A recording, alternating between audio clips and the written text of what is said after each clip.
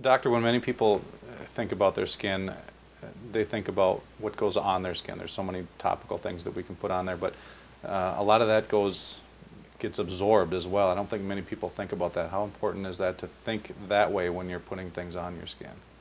Well, it is hard to know as a consumer how much actually gets absorbed, either of the things you want to be absorbed, like the topical vitamin A or the topical vitamins, that we want a good absorption, sure, and the things we don't want absorbed, like the preservatives that are needed to actually keep the product fresh.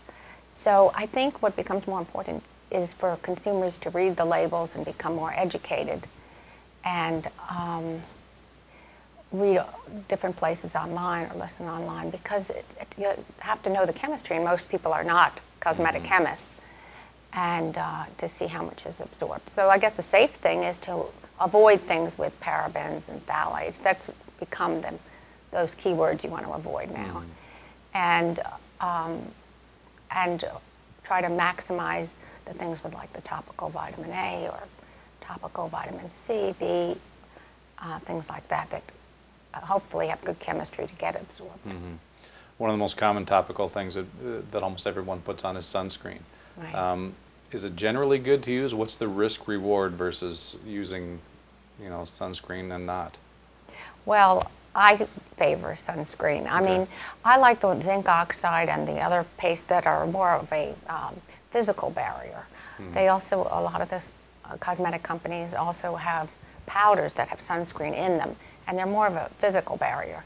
There are many good chemical sunscreens out. I personally don't like them as much because of possible sensitivities and allergies, but they do a good job. It's just I prefer the ones that have natural vitamins. A lot of antioxidants are natural sunscreens.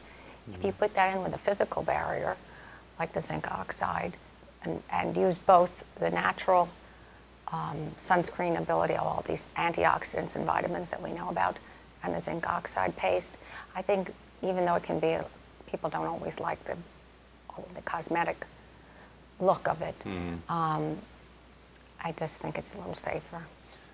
What about getting your vitamin D through sunlight too? Many doctors say that that's the best way to do that. If we're blocking it, is there a concern there?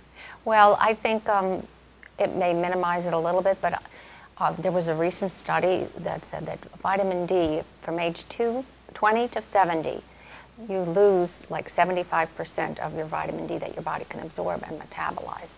So you're going to need vitamin D supplements anyway. The body can't make vitamin D on its own.